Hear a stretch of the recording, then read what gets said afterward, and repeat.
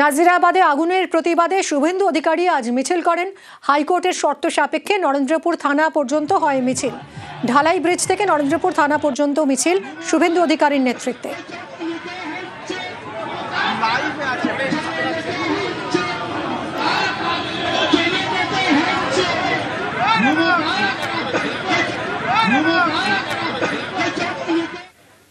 আর মিছিল শেষে দমকল মন্ত্রীর পদত্যাগ দাবি শুভেন্দু অধিকারীর।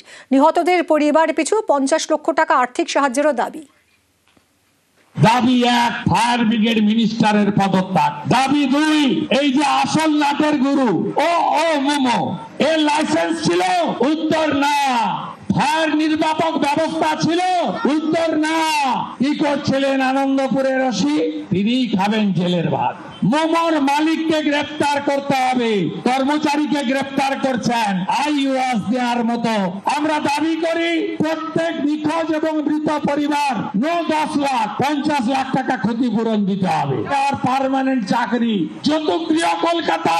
আমাদের দাবি এই ওয়েটল্যান্ডের জলাভূমি বোঝানোর পারমিশন দিল কে? বিল্ডিং বানালো কে? পলিউশন কন্ট্রোল বোর্ডের এনওসি দিল কে? কত মাল খেয়েছে? দলিল আমার হাতে। এই নজরুল আর ফিরদৌসির যে কাণ্ড, সব ক্লাব থেকে 25,000 করে টাকা। আজকে বলে গেলাম এই পাপ যারা করেছে তাদের অবস্থাও শাহজাহানের মতো হবে। নাজিরাবাদে আগুনের প্রতিবাদে আজ শুভেন্দু অধিকারী মিছিল করেন। হাইকোর্টের শর্ত সাপেক্ষে নরেন্দ্রপুর থানা পর্যন্ত হয় মিছিল। ঢালাই ব্রিজ থেকে শুরু হয় এই মিছিল এবং মিছিল শেষে তিনি দমকল মন্ত্রীর পদত্যাগ দাবি করেছেন। কথা বলবো তৃণমূল মুখপাত্র অরূপ চক্রবর্তী রয়েছেন টেলিফোনে। অরূপ বাবু, শুভেন্দু অধিকারী তিনি দমকল মন্ত্রীর পদত্যাগ দাবি করেছেন, কি বলবেন? অর্বাচীনের মূর্খের দাবি। যদি সুজিত বসুকে এই কারণে পদত্যাগ করতে হয়, নিশ্চয়ই এই আগুনের মানুষের মৃত্যু দুঃখজনক। সরকার তাদের প্রতি সমবেদনা জানিয়েছে, সহানুভূতিশীল, তাদের পরিবারের পাশে রয়েছে। কিন্তু তার জন্য যদি সুজিত বসুকে পদত্যাগ করতে হয়, তাহলে তো শুভেন্দু অধিকারীর উচিত সবার আগে এই 2 দিন আগে মহারাষ্ট্রের উপমুখ্যমন্ত্রী অজিত পাওয়ার মারা গেল, তার জন্য অসামরিক বিমান চলাচল মন্ত্রী পদত্যাগ দাবি করেছে।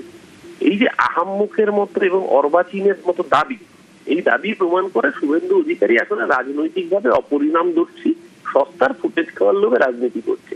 আজকে মিছিল করেছে, ভাবুন যে মানুষগুলো মারা গেছে, সেই শোকস্তব্ধ পরিবারের পাশে দাঁড়িয়ে মিছিল করছে। সেই মিছিলে ডিজে বাজিয়ে নাচছে বিজেপির কর্মীরা। এই জল্লাদের উল্লাস মঞ্চ শুরু করেছে নাকি? জল্লাদের উল্লাস মঞ্চ বাংলা হবে না।